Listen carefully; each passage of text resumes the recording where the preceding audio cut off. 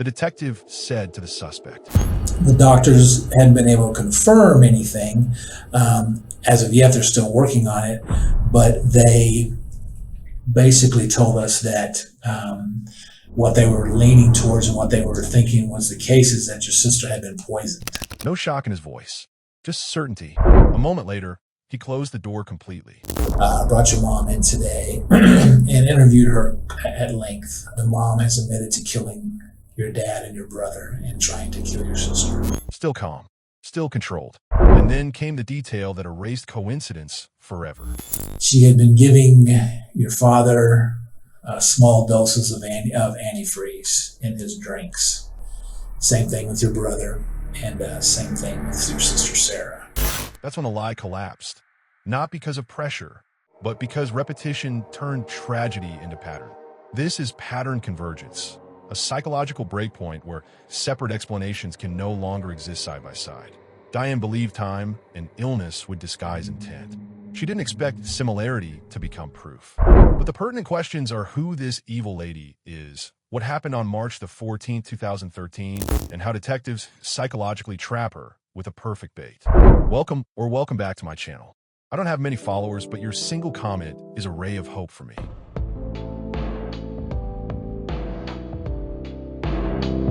It was April 2012 in Springfield, Missouri, a quiet Midwestern town easing into spring.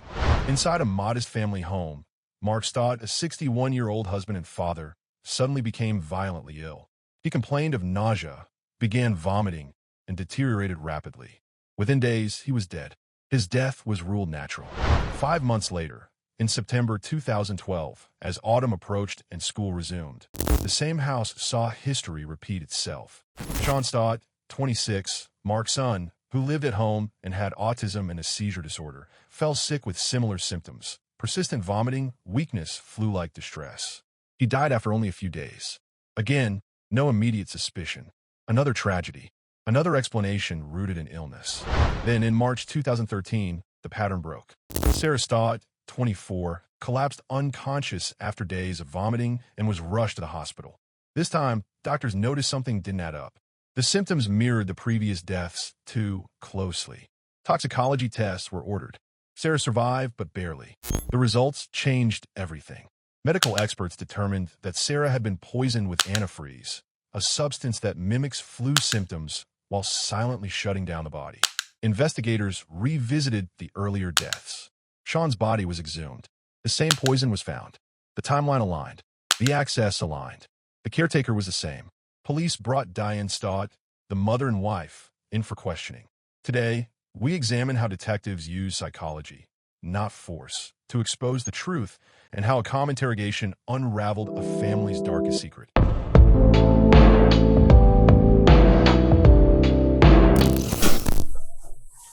And you're Rachel, right? Mm-hmm. Okay, I'm make sure I didn't call you. And your sister, Brianna? Okay. Do you have a phone number that we could contact you at later? So I don't forget. The first three is 209. I can Okay. never remember the last That's four, okay. so I go find it again. I always have to look mine up on my phone. So I gotta call myself, so I know. Exactly. It'll take a bit to warm up because I had to turn it off because I'm almost down on bars. It's like, Okay. 209-7452. 7452. Okay. All right. All right. Thanks. Okay. Basically, what I kind of want to discuss with you a little bit, real quick, is just I know that I know your sister Sarah's in the hospital, and they're trying to figure out, what's wrong with her. And from what I heard today, in the last couple of days, I guess her condition's improved quite a bit, and she's been moved, I think, to another room, and she's talking, I think, is that right now? And she's definitely better than she was a couple of days ago, obviously. And they're still trying to figure out what actually happened to her, what's wrong with her. And I know that your father passed. The detective begins with casual conversation, confirming names, phone numbers, and family details before any serious questioning begins. This tactic lowers psychological defenses by reducing perceived threat, allowing the subject to speak freely without feeling interrogated. This approach aligns with social penetration theory, Altman and Taylor, 1973, which explains how gradual, non-threatening exchanges encourage deeper disclosure over time. By starting at the surface level, the detective creates a conversational rhythm that makes later, more intrusive questions feel natural rather than adversarial. When was it when he passed away? Sometime like last April. Last April of last year. Yeah. What was he ill for a long time, or what all do you really know about that situation as far as his death goes? I know he died at home, right? Is that Yeah. right? Okay. What all do you know about his death as far as what did your mom tell you, or what was your knowledge of it? Very sudden. Just a very sudden death? Yeah. Kind of a surprise? Yeah. Okay. It's like bam. So he didn't have like any terminal illnesses. He just all of a Not that I sudden, would he just know went of. from being there to he dies. And he Yeah. was he 50? 50 something. So he's pretty young still then. Yeah. Okay. So just kind of all of a sudden he's I dead. mean, I know he smoked, but Yeah, right. But it that's didn't like not an instant No. thing. No. How did you learn about his death? Were you at home when it happened, or Yeah. you was at home? Okay. And was it your mother who found him Mm. was it in the bedroom, or Yeah. I can't remember from the report. Okay. What has she told you about all of that? What has she said about it? Or she said a lot about it, or talked much about it, or I can't really remember Can't really because it remember a was Rather than interrupting or correcting, the detective invites long descriptions about family history, illness, and loss. This allows the interviewee to construct a detailed narrative that becomes cognitively taxing to maintain. This technique draws on cognitive load theory, Sweller, 1988, which holds that the more information a person must track consistently, the more likely contradictions or emotional leakage will occur. Sustained storytelling drains mental resources, increasing vulnerability to later confrontation. maybe the friends weren't the best friends or the best influence? they or creeped something? me out. Were they? You don't think they were the best influence on him? No. Had he been friends with him for a long time? I don't know. It seems like a lot of his friends would like shift really quick. Like he wouldn't be with the same ones for like So there's new faces all the time. Yeah. Where was he meeting these people at? other than bars, I don't know. Just bars, basically. Okay. Because I know a lot of he had a band and he would meet people via band mates. Oh, so but- he sang in a band, or your dad had a band? yeah, Okay. Was he making any money with the band? not Not much. much of anything. So mom was pretty much the financial supporter Yeah. in the house. But you never saw any physical fights between the two of them? Or, No, at most they'd throw table furniture. Oh, okay. Like I remember the time when they actually broke the table leg. I was like, oh my. Yeah. So they try to keep their arguments away from you guys, I assume? They or- tried, yeah. They tried, okay. But you could obviously hear it, I assume, at Oh, yeah. sometimes. But never saw anything physical. They just kind of No. hollering and screaming at each other. Okay. Your dad drink a lot? I don't know, because a lot of it would be outside of the house. Outside of the house when he would do it? Okay.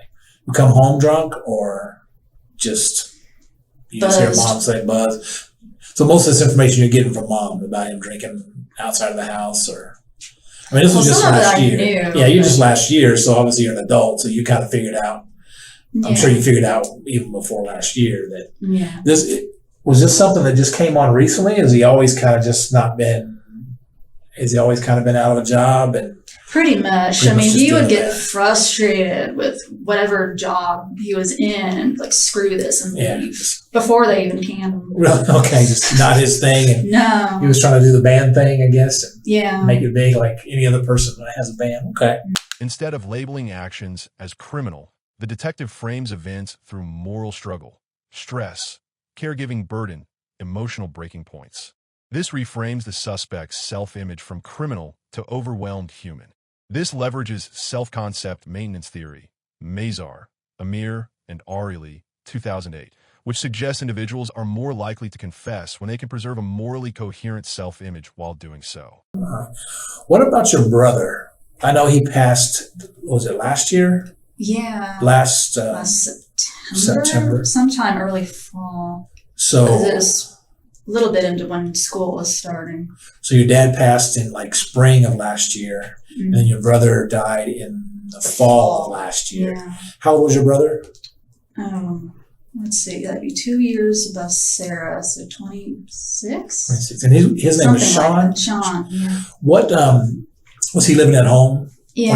Had he been living at home all the time? Yeah. So he's never moved out on his own at 26? No, we were attempting to do assisted living thing, but it never panned out. What was wrong with him? Did he have some kind of a physical He had disabilities? Or?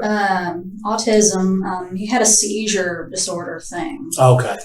So you're trying to get some kind of assisted living. So, because Yeah. that's a lot to have to care for a person, Mhm. especially when they get to an adult age and have to care for them all the time. So he couldn't work, I assume, then? He did do Springfield workshop for a time, but he was having some, like, not behavioral problem, but just some issue with coworkers. And he would just couldn't get along with them very frazzled. well. Yeah. Okay. I mean, that goes along with the autism thing, but sometimes doesn't it? And I think they get kind of freaked out by certain people Yeah. or certain things that people do. Okay. Easily overwhelmed. Was your mom pretty much the caregiver for him then, I assume? Yeah. All the time? Okay. Did she handle that pretty well? I mean, did she take I it think hard, so. or was it a strain on her, or did you see it as a strain on her? Or? The taking care of him Yeah, part? I mean, was it? He was extremely low maintenance. Well, he was low maintenance. He wasn't. He didn't. I mean, you get him some comic books, some puzzle books. He is a happy He camper. was happy. Okay. By placing the deaths close together in time and emphasizing their sequence, the detective subtly compresses the timeline, making coincidence psychologically implausible. This tactic relies on temporal contiguity theory, Ebbinghaus, 1885, which explains how events occurring close together are perceived as causally linked. The suspect is guided toward recognizing inevitability rather than randomness. So it wasn't a constant having to keep him happy or do things for him. He kind of Oh, would no. just hang out on his own. He had this awesome trick with a pencil. It's like, I wish I could figure out how he'd do that. He would twist them in his hands. And it's like, for somebody who can't button buttons, that is awesome. That's pretty neat. Some of the things that people with autism could do. They can't do the simple things, but they can do all these extraordinary things sometimes. You see that a lot. So when he passed in like September or so, what was the circumstances behind that? Was it a sudden thing, or do you know that much about why he passed, or did you hear the medical reasons behind it? I'm trying to remember what else was going on. It was craziness. But I remember he was throwing up. Okay. And then all of a sudden, How many days did he throw up? not very many. It was less than a week. So like just a few, 2 or 3 days, 3 or 4 Yeah, I days. thought it was like flu because it was like early September. It's like, well, maybe he's got early Coming flu out or with the flu or something, throwing up a lot. Okay. And like flu-like symptoms or something along Yeah, those and then- lines. Okay. Who was caring for him at that point with his, when he was down sick? Was it mom? We were taking turns Taking pretty turns. much because, Okay. You and mom? yeah, Okay. But when you were off at school, mom's taking care of him? yeah, Because mom works from home, right? yeah. Okay. So when you're at school, she's taking, whenever you were home, I assume you were living at home, right, Yeah. while you're going to school. So she's taking care of him when you're at school, and then when you come home, you kind of try to help her out some, Yeah. so she can do her thing. Okay. And then he was sick for 3 or 4 days, throwing up, and then he died. Mhm. Do you know any of the circumstances behind that? What were they telling you guys was the reasoning? Or did he have a seizure too, or I want to say it was a seizure. seizure? I can't remember exactly. Okay. Because, The detective repeatedly revisits similar symptoms across different deaths: vomiting, flu-like illness, sudden decline, without labeling them suspicious. This primes the interviewee to unconsciously acknowledge a pattern before it is explicitly stated. This reflects schema activation theory, Bartlett, 1932, wherein repeated exposure to related details activates mental frameworks that shape understanding. By the time poisoning is introduced, the suspect has already mentally connected the dots. Okay. medical things are just, Yeah, me too. They're over my head. So obviously mom had to take that, I mean, pretty hard too. First dad, and then a short time later, it's your brother. How did she seem to handle that? I can only imagine, but she wishes there was more she could have done. Yeah. I mean, she's told me, like, when we talk at night, it's like she feels like a failure as a mom because it's like, it's one thing to lose your dad Yeah. or husband or right. Yeah. Your dad, her husband. Yeah. But but with a did it's she took that take that rougher than her husband. very than your rough. dad. Yeah, I could see that. So she was faulting herself for she assumed it was because she should have been a better mother. Is that or what something. so she was kind of taking a lot of the blame upon herself Yeah. for him dying. Okay. I know that he had flu-like symptoms for several days before he was taken to the hospital. Did he die at the hospital, or did he die at home?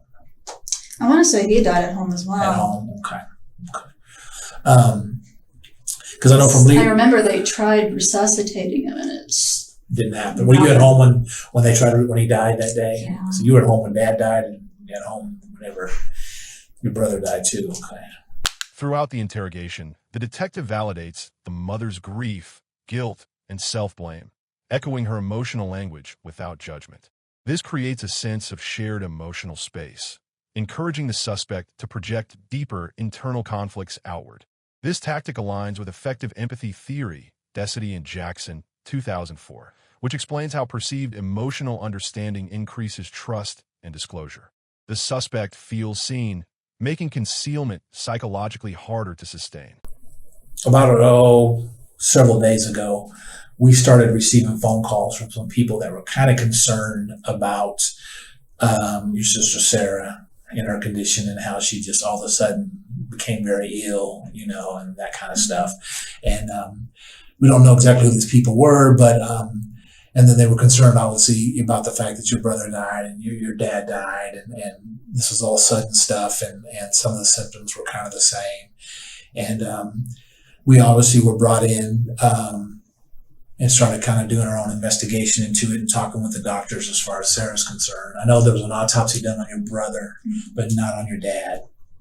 So we started putting some stuff together and started looking into things. And we started finding some things that just didn't look right, to be honest with you. I mean, just not adding up as far as, you're a smart girl, young 26-year-old, all of a sudden, flu-like symptoms, he's dead, 24, Sarah's 24, young, throwing up, flu-like symptoms. Dad's only 50-something years old. Started talking with the doctors and so on and so forth. And the doctors hadn't been able to confirm anything. As of yet, they're still working on it. But they basically told us that what they were leaning towards and what they were thinking was the case is that your sister had been poisoned. And we're like, oh, okay, well, that kind of starts changing things now. But is that she poisoned herself? Is this a suicide attempt or anything like that? Or what is it? But you never seen the sister say anything about a suicide attempt or wanting to harm herself? Or she has, when she was in middle school. In middle school, not recently. No. Nothing like that. And how about your brother saying anything like that?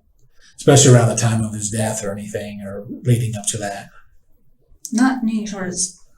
The detective introduces medical opinions and hospital conclusions before asserting investigative claims. This shifts perceived authority away from law enforcement and onto neutral experts.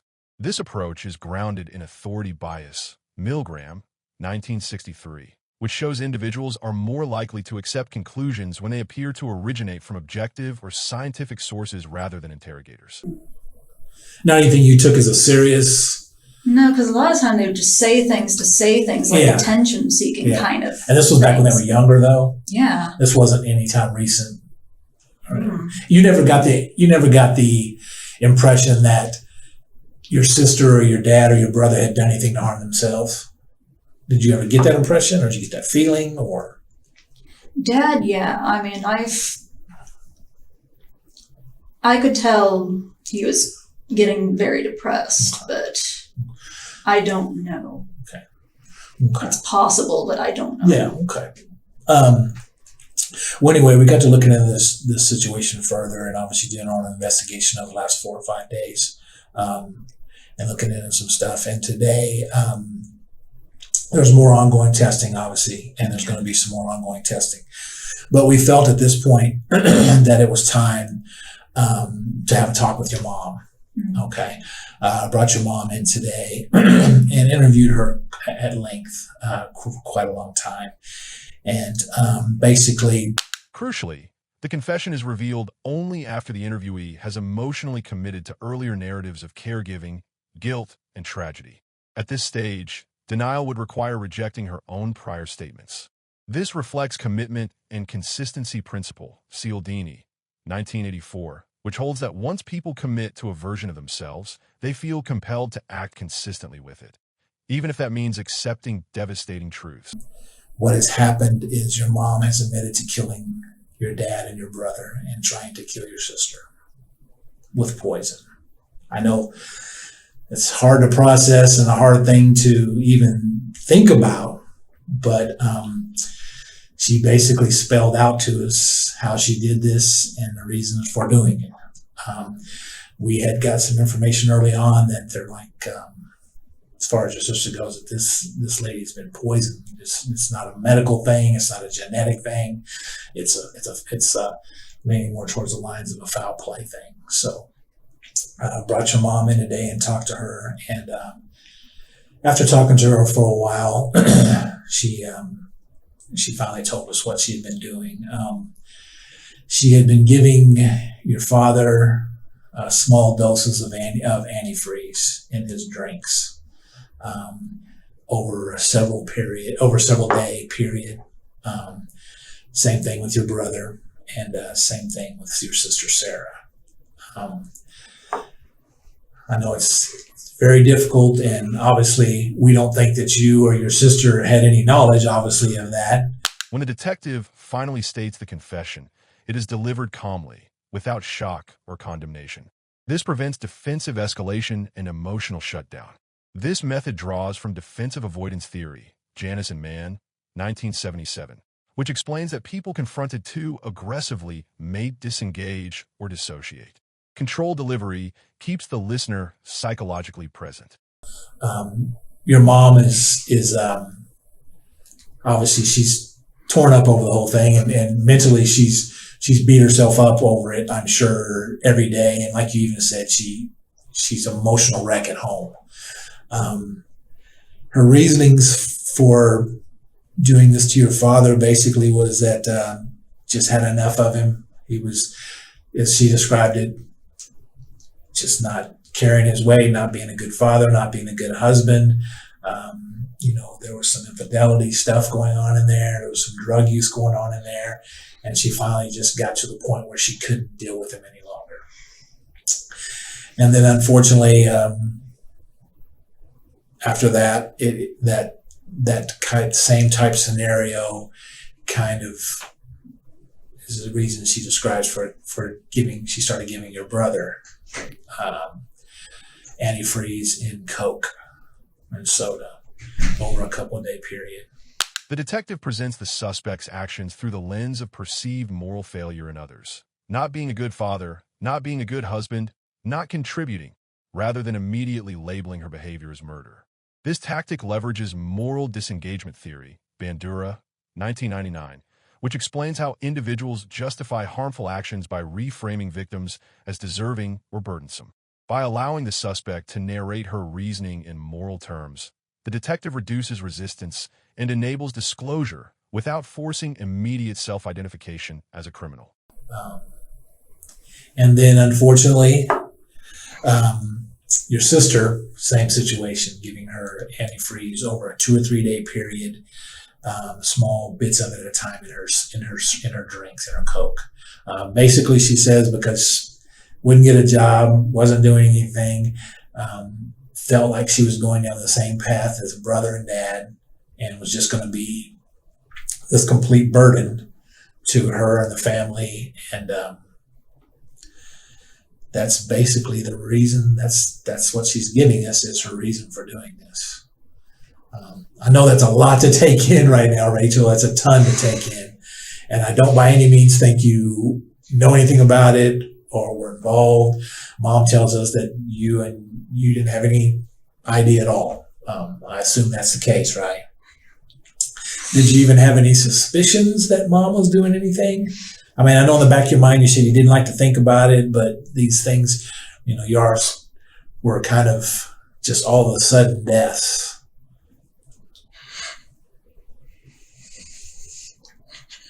Just take some time. Instead of confronting the suspect with the full scope of the crimes at once, the detective unfolds intent step by step. First the husband, then the brother, then the sister. This staged revelation exploits foot-in-the-door technique, Friedman and Fraser, 1966, wherein compliance increases when individuals first agree to smaller acknowledgments. Each admission psychologically commits the suspect to the broader narrative, making later denial cognitively costly. God. It's a lot to process. I don't even know how you actually process that, to be honest with you, Rachel.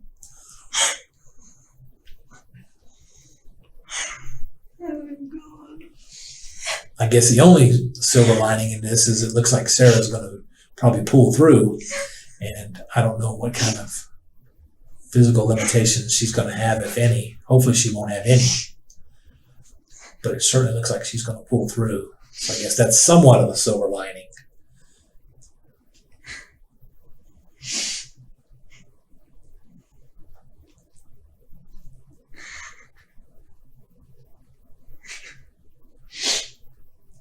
Can we get you some water or anything?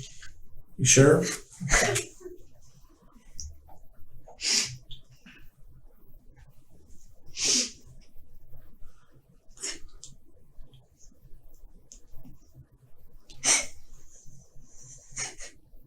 By highlighting that the sister survived, the detective introduces contrast without accusation.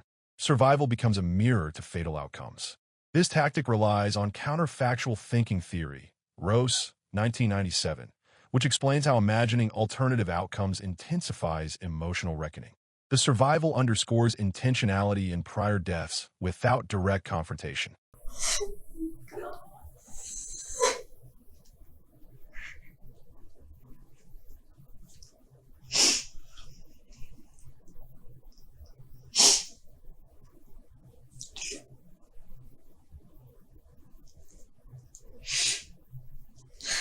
Deep down in your gut, in your deep feeling, did you think did you think there was anything going on there with mom at all? I mean, did that thought ever even cross your mind?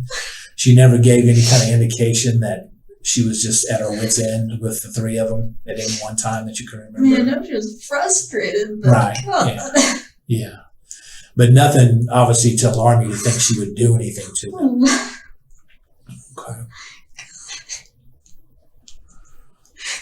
I mean, she's told us, pretty much she ordered the antifreeze online and had it delivered, and there's some of it still in the garage, I see, from what she's telling us.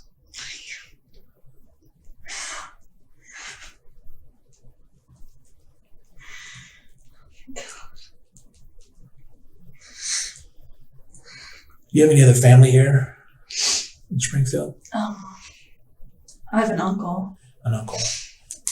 Was your dad's brother or? No, my mom's Your mom's brother. He lives here in Springfield? Mm. Okay. Though he's on vacation right now. Oh, where's he at? Pensacola, dang it. Okay. Is there anybody else we can call? Somebody from the church or something? Church. I mean, you can decide if you want. What we're going to need to do is obviously we're going to need to talk to your little sister. When revealing the admissions, the detective immediately offers reassurance to the daughter. Water, blankets, pauses, preventing emotional overload from collapsing the interview. This reflects stress inoculation theory, Meichenbaum, 1985, which posits that controlled exposure to stress paired with support increases coping capacity. The detective ensures the truth is absorbed, not rejected. I obviously doubt that your little sister can tell us anything. I mean, you didn't even have any indication, from what I understand, that your mom was doing anything. And everything just seemed like it was just a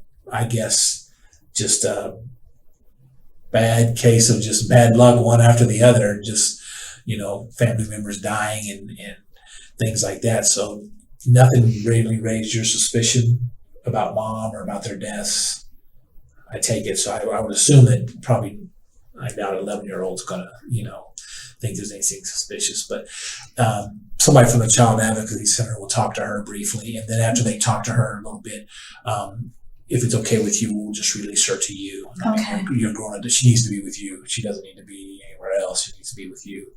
Okay. And mom said this too, but obviously have to ask you these questions. You didn't have any involvement in any of this stuff. Don't take it the wrong way, but I have to ask those questions, okay? The detective clearly explains why certain questions must be asked. I have to ask, without emotional weight. This transparency reflects procedural justice theory, Tyler, 1990, which holds that perceived fairness increases acceptance of outcomes. By maintaining neutrality, the detective ensures cooperation without coercion and protects the admissibility of statements.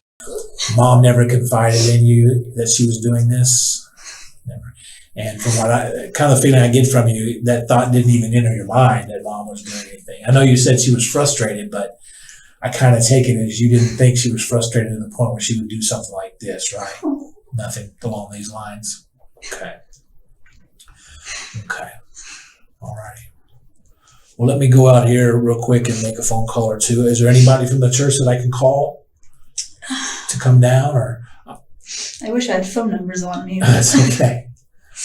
You have any in your phone? Any numbers in your phone? I don't know, but I can look. Take some time to take. You said your pastor? Yeah. Is he somewhere where you'd be available, or? Oh, wait, he's on vacation too. Oh, is he on vacation too? Dang Okay. it. Why is it they're all on vacation? If I knew Pastor Schreiber, I could get him because he's not too far from here. Let me see if I can find you some kind of blanket thing too, okay? It's awful cold in here. I'll be right back, okay? Okay. Once the truth is established, the detective actively seeks outside support, church members, family, pastoral care, rather than isolating the witness. This reverses typical interrogation isolation and draws on social support buffering theory, Cohen and Wills, 1985, which reduces psychological distress and prevents re-traumatization that could later undermine testimony credibility.